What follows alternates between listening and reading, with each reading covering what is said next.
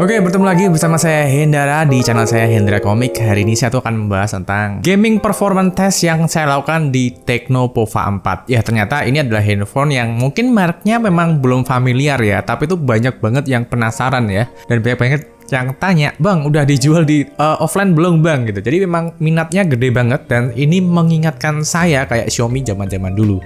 Nah, tapi bagaimana performanya? Nah, kita akan bahas di video kali ini. Nah, saat saya tes Antutu dengan Antutu seri 9 ya, Antutunya tuh bisa mendapatkan di angka 371.000 sekian. Untuk handphone harga 2,3 juta, ini merupakan Antutu yang besar ya. Dan buat saya pribadi, ini benar-benar akhirnya tahun ini kerasa upgrade handphone di harga 2,3 jutaan dapat skor performa yang sangat tinggi.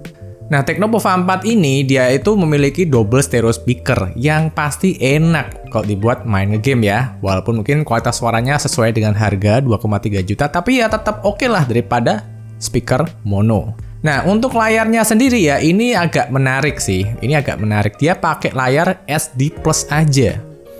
Dia pakai layar SD Plus, tapi refresh rate-nya udah 90 Hz, tapi ukurannya gede banget, 6,8 inch. Jadi Tecno Pova 4 ini adalah handphone yang paling besar yang pernah saya review selama ini di channel ini ya. Waktu saya jajarin sama Poco F4, itu Poco F4 aja kalah gede.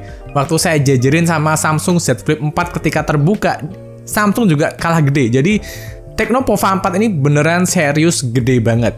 Nah, dia juga ada lubang jack audio ya. Jadi buat kalian yang suka ngegame, suka tembak-tembakan, pasti pakai headset enak banget karena nggak ada delay. Nah, langsung aja masuk ke pengujiannya. Di sini saya mau cerita dulu. Mungkin saya harus minta maaf ya, karena di sini saya nggak menemukan cara untuk mengukur frame rate-nya. Jadi cuma main main feeling-feeling aja ya ini ya.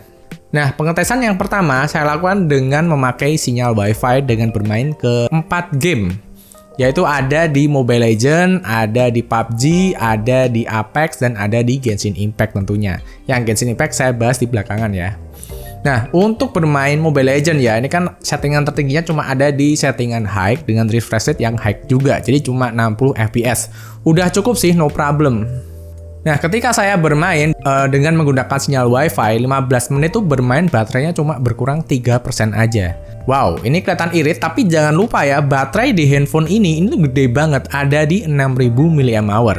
Gede banget ketika kompetitor lainnya tuh cuma ada di 5000 mAh aja. Jadi kalau persenannya kecil mungkin agak wajar ya. Ditambah layarnya tuh cuma SD Plus. Jadi secara pemakaian daya juga tentu gak sebesar kompetitornya yang pakai layar Full HD Plus. Jadi beneran keiritannya di sini tuh irit banget sih kalau buat saya sih. Main 15 menit Mobile Legends di settingan high, refresh rate 60 fps cuma 13% aja.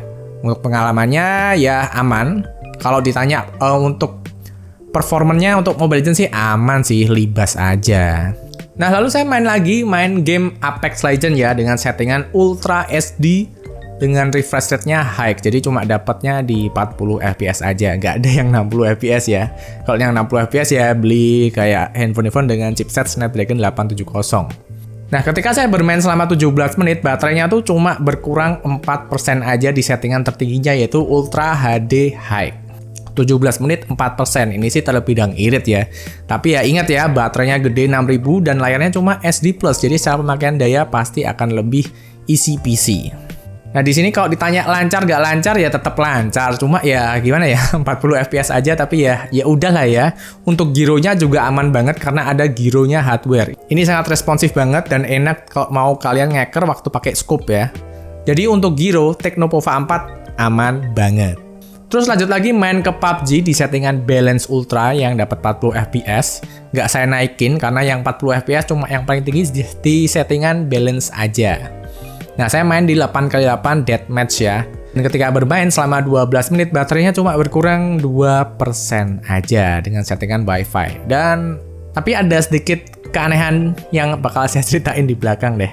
Terus untuk permainan dengan sinyal Wi-Fi, ini handphonenya adem parah. Jadi baterainya irit, adem parah, dan nggak ada panas yang begitu kerasa ya. Cuma ada di 37-38 derajat Celcius. Ya nggak lebih dari 40 derajat Celcius sih. Di ruangan yang ada di 28 dan 29 derajat Celcius.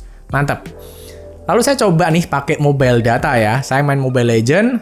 Dan ketika bermain di settingan high dengan refresh rate high juga 60 fps, bermain selama 22 menit baterainya berkurang 5% aja. Dan walaupun pakai mobile data, suhunya juga masih aman kok, ada di 38 derajat Celcius. Jadi tidak menemukan kendala panas yang berarti di handphone ini, apalagi bodinya kan materialnya dari plastik semua ya. Jadi otomatis tidak akan menghantarkan panas kayak bodi-bodi kaca gitu. Lalu ketika saya bermain Apex Legends di settingan Ultra HD High, bermain selama 15 menit baterainya tuh cuma berkurang 4% aja. Jadi buat saya pribadi, mau kalian pakai mobile data, mau kalian pakai wifi, ini nggak selisih banyak sih, hampir bisa dibilang sama aja. Cuma ya tetap ya, lebih efisien pakai wifi, HP-nya juga bakal lebih adem dibandingkan dengan memakai mobile data. Dan ketika bermain selama 15 menit baterainya cuma habis 4% aja loh di Apex Legends. Ini keren dan oke lah.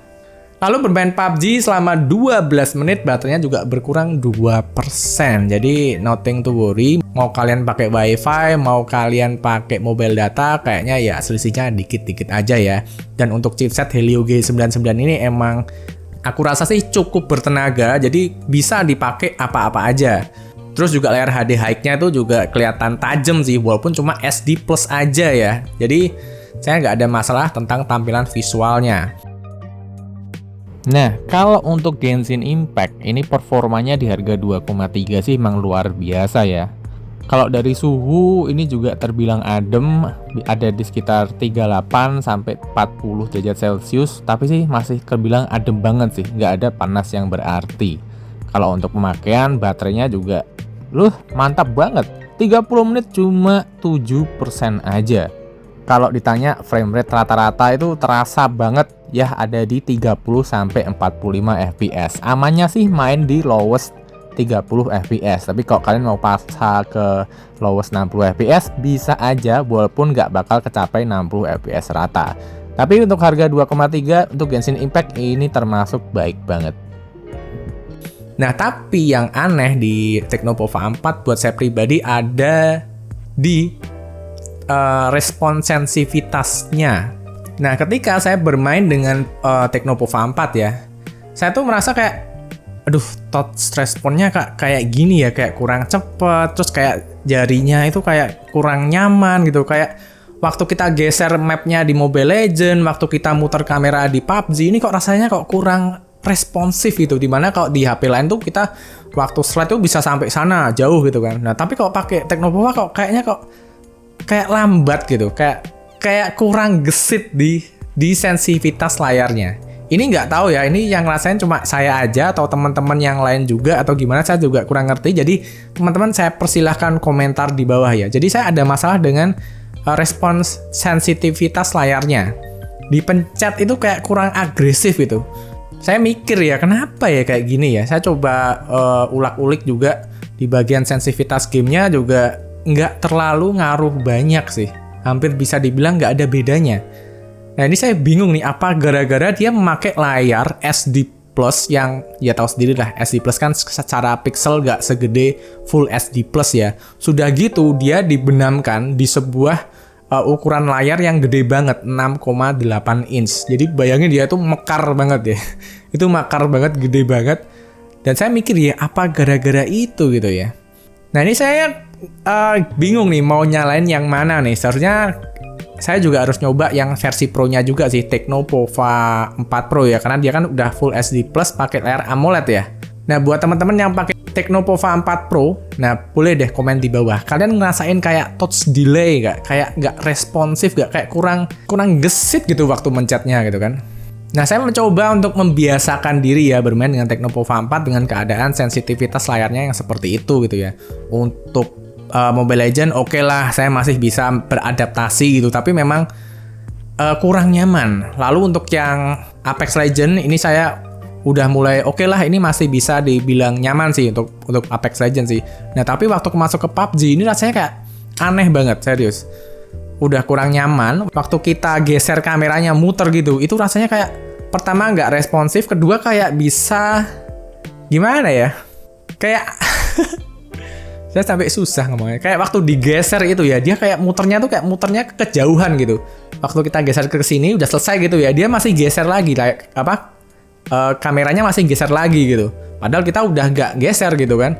Udah gitu gesernya juga nggak cepet-cepet amat gitu. Ya, aku juga masih bingung ya, ini sebetulnya salah di mana ya. Nah, buat teman-teman yang punya pengalaman atau punya informasi tentang hal terkait ini ya, bisa komentar di bawah.